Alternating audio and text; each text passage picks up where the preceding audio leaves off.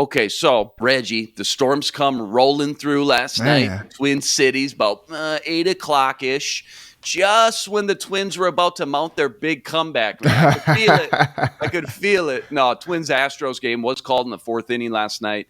They'll make that up at noon today and proceed to play game 3 of the series 30 minutes or so after that one's over. Reggie, they're down 5-1 in the fourth as we speak. Chris Archer gave up 5 earned in just 3 innings.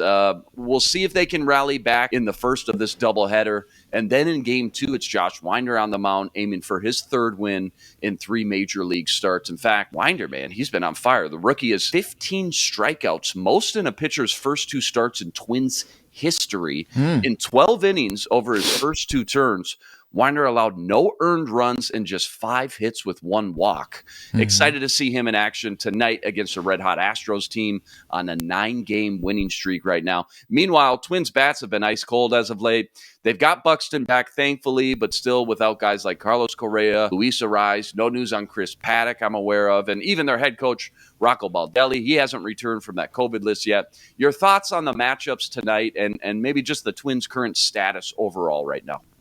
Man, it's tough because they were cooking with gas. Yeah. They were rolling, and then all of a sudden they run into a buzzsaw called Justin Verlander. Yep. And then Chris Archer, he had been pitching really well this season to start off. He looks like the Chris Archer from back in the day. You know what I mean? The Pirates, the Rays, Chris Archer.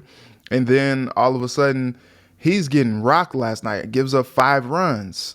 Not even through 4 whole innings. And it's just dang, what's going on? And I think this is something that we talked about. Not that we were waiting for the other shoe to drop, so to speak, but just tempering expectations. It's a long season. They're going to have their cliffs and valleys and ups and downs and all that good stuff. But I think the tough part is when you are winning and when some of these games have been as thrilling as they've been, and then you come out with some clunkers like this, you're just dang, but each game gives you a new opportunity to do something different, do something better. You would hope to see them rally today, better weather, a new day, a new outlook. I don't know how you want to spin it. And then, the game after that, you got Winder in there, and he's been very good so far this season, and you want to ride him and get behind him, give him some run support, and see if you can steal one from the Astros after what's just kind of been an atrocious series for them. I think that's what you hope for, because you got these injuries piling up. You got all this craziness going on with the team. Who's going to be available, who's not. Is Paddock going to have season-ending surgery after they, swung and made the trade? Taylor Rogers, by the way, 0.00 ERA. Stop it. I'm going to take these off. Don't do that. Stop. Okay. All right. Done? I was just saying. I was I was reading that yesterday. I was just oh, my gosh. What a stud. It's just but he's a starter. Paddock's a starter. Rogers is a reliever, a closer, so I get it. It's fine. Whatever. We won't do that, even though I just did. I'm sorry. But it's just tough to see them, be in this type of position with the expectations that they have, and just hope that they can overcome. Because we talked about the whole next man up, next man up, next man up. Well, at some point you're gonna run out of men. You know what I mean? And at some point it's just how much can you expect the next man up to contribute the way that you need them to contribute to continue winning games? And I think what we're seeing is the result of, kind of relying on that next man up nature and hoping for the best, and seeing that, sometimes you take some lumps.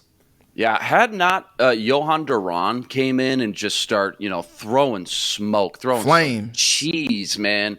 That Taylor Rogers trade would hurt even more. And then obviously, like you mentioned, if Paddock ends up being shelved for the season, oh boy, that one stings quite a bit. Just a double-edged sword right there. By the way, you remember when we brought up ESPN's top 10 rookies yesterday? Do you remember who I told you was number 1? He's one of the Stros players, right? Jeremy Pena, who puts up, no big deal, 3 RBIs last night. We get to see him up close and personal after we broke him down yesterday. The dude is legit, man, both in the box and then again putting up a Gold Glove first 30 games of the season. He's been outstanding.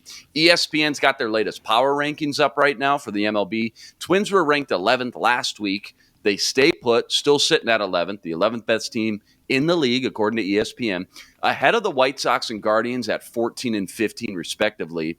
The article does note, they had their slow start and then they go on that red-hot run, but kind of wonders and brings up the question, how long can they stay afloat without those big names we already touched on?